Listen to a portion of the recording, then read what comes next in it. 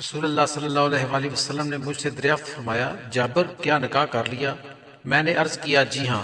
نبی کریم صلی اللہ علیہ وآلہ وسلم نے فرمایا، کنواری سے یا بیوہ سے؟ میں نے عرض کیا کہ بیوہ سے۔ آپ صلی اللہ علیہ وآلہ وسلم نے فرمایا، کسی کنواری لڑکی سے کیوں نہ کیا جو تمہارے ساتھ کھیلا کرتی؟ میں نے عرض کیا، یا رسول اللہ صلی اللہ علیہ وآلہ وسلم، میرے والد احد کی لڑائی میں شہید ہو گئے، 9 لڑکیاں چھوڑی، بس میری 9 بہنیں موجود ہیں، اس لیے میں نے مناسب نہیں خیال کیا کہ انہیں جیسی نا تجربہ کار لڑکی ان کے پاس لا کر بٹھا دوں، بلکہ ایک ایسی عورت لاؤں جو ان کی دیکھ بھال کر سکے اور ان کی صفائی ستھرائی کا خیال رکھے۔ آپ صلی اللہ علیہ وآلہ وسلم نے فرمایا کہ تم نے اچھا کیا۔ حضرت سعد بن ابی وقاص رضی اللہ تعالیٰ عنہ کہتے ہیں کہ غزوہ احد کے موقع پر میں نے رسول اللہ صلی اللہ علیہ وآلہ وسلم کو دیکھا اور آپ کے ساتھ 2 اور اصحاب یعنی جبرائیل علیہ السلام اور میکائیل علیہ السلام انسانی صورت میں آئے ہوئے تھے۔ وہ آپ کو اپنی حفاظت میں لے کر کفار سے بڑی سختی سے لڑ رہے تھے۔ ان کے جسم پر سفید کپڑے تھے۔ میں نے انہیں نہ اس سے پہلے کبھی دیکھا اور نہ اس کے بعد کبھی دیکھا۔ رسول اللہ صلی اللہ علیہ وآلہ وسلم نے 4 عمرے کیے اور سوائے اس عمرے کے جو آپ صلی اللہ علیہ وآلہ وسلم نے حج کے ساتھ کیا، 5 عمرے ذکات کے مہینے میں کیے۔ حدیبیہ کا عمرہ بھی آپ صلی اللہ علیہ وآلہ وسلم ذکات کے مہینے میں کرنے تشریف لے گئے۔ پھر دوسرے سال اس کی قضاء میں آپ نے ذکات میں عمرہ کیا اور ایک عمرہ جعرانہ سے آپ نے کیا تھا، جہاں غزوہ حنین کی غنیمت آپ نے تقسیم کی تھی، یہ بھی ذکات میں کیا تھا، اور ایک عمرہ حج کے ساتھ کیا جو ذی الحجہ میں کیا تھا۔ سیدنا عمر رضی اللہ تعالیٰ عنہ سے مروی ہے کہ رسول اللہ صلی اللہ علیہ وآلہ وسلم نے فرمایا، صرف اور صرف اعمال کا دار و مدار نیتوں پر ہے، اور ہر شخص کے لیے وہی کچھ ہے جو وہ نیت کرے گا۔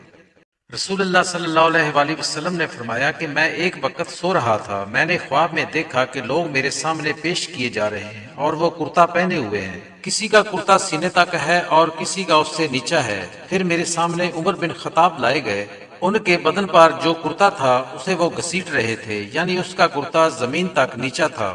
صحابہ نے پوچھا، یا رسول اللہ صلی اللہ علیہ وآلہ وسلم، اس کی کیا تعبیر ہے؟ آپ صلی اللہ علیہ وآلہ وسلم نے فرمایا کہ اس سے دین مراد ہے۔ نبی کریم صلی اللہ علیہ وآلہ وسلم نے فرمایا، مدینہ میں کچھ جن ہیں جو اسلام لے آئے ہیں، لہٰذا جب تم گھر میں کوئی سانپ دیکھو تو اسے 3 دن خبردار کرو، اگر وہ چلا جائے تو ٹھیک ہے، ورنہ اگر وہ پھر بھی نظر آئے تو اسے مار دو، کیونکہ وہ شیطان ہوتا ہے۔ حضرت انس رضی اللہ تعالیٰ عنہ بیان کرتے ہیں کہ رسول اللہ صلی اللہ علیہ وآلہ وسلم اپنے ایک درزی غلام کے پاس تشریف لے گئے، پھر آپ کی خدمت میں پکا ہوا کدو پیش کیا گیا اور آپ اسے رغبت کے ساتھ کھانے لگے۔ اسی وقت سے میں بھی کدو پسند کرتا ہوں، کیونکہ میں نے اسے نبی کریم صلی اللہ علیہ وآلہ وسلم کو کھاتے ہوئے دیکھا ہے۔ سیدنا ابو ہریرہ رضی اللہ تعالیٰ عنہ سے مروی ہے کہ نبی کریم صلی اللہ علیہ وآلہ وسلم نے فرمایا، اس آدمی کی کوئی نماز نہیں جس کا وضو نہیں، اور اس آدمی کا کوئی وضو نہیں جو وضو پر بسم اللہ نہیں پڑھے گا۔ حضرت ابن عباس رضی اللہ تعالیٰ عنہ بیان کرتے ہیں کہ نبی کریم صلی اللہ علیہ وآلہ وسلم نے بیت اللہ کے طواف میں رمل اور صفا و مروہ کے درمیان دوڑ مشرکین کے سامنے اپنی طاقت دکھانے کے لیے کی تھی۔ آپ صلی اللہ علیہ وآلہ وسلم فرماتے ہیں کہ جب 2 مسلمان اپنی اپنی تلواریں لے کر بھڑ جائیں تو قاتل اور مقتول دونوں دوزخی ہیں۔ میں نے عرض کیا، یا رسول اللہ، قاتل تو خیر ضرور دوزخی ہونا چاہیے، مقتول کیوں؟ فرمایا، وہ بھی اپنے ساتھی کو مار ڈالنے کی حرص رکھتا تھا، موقع پاتا تو اسے ضرور قتل کر دیتا۔ دل کے عزم صمیم پر وہ دوزخی ہوا۔ ایک آدمی نے رسول اللہ صلی اللہ علیہ وآلہ وسلم سے پوچھا کہ کون سا اسلام بہتر ہے؟ آپ صلی اللہ علیہ وآلہ وسلم نے فرمایا کہ تو کھانا کھلائے اور ہر شخص کو سلام کرے، خواہ وہ اس کو تو جانتا ہو یا نہ جانتا ہو۔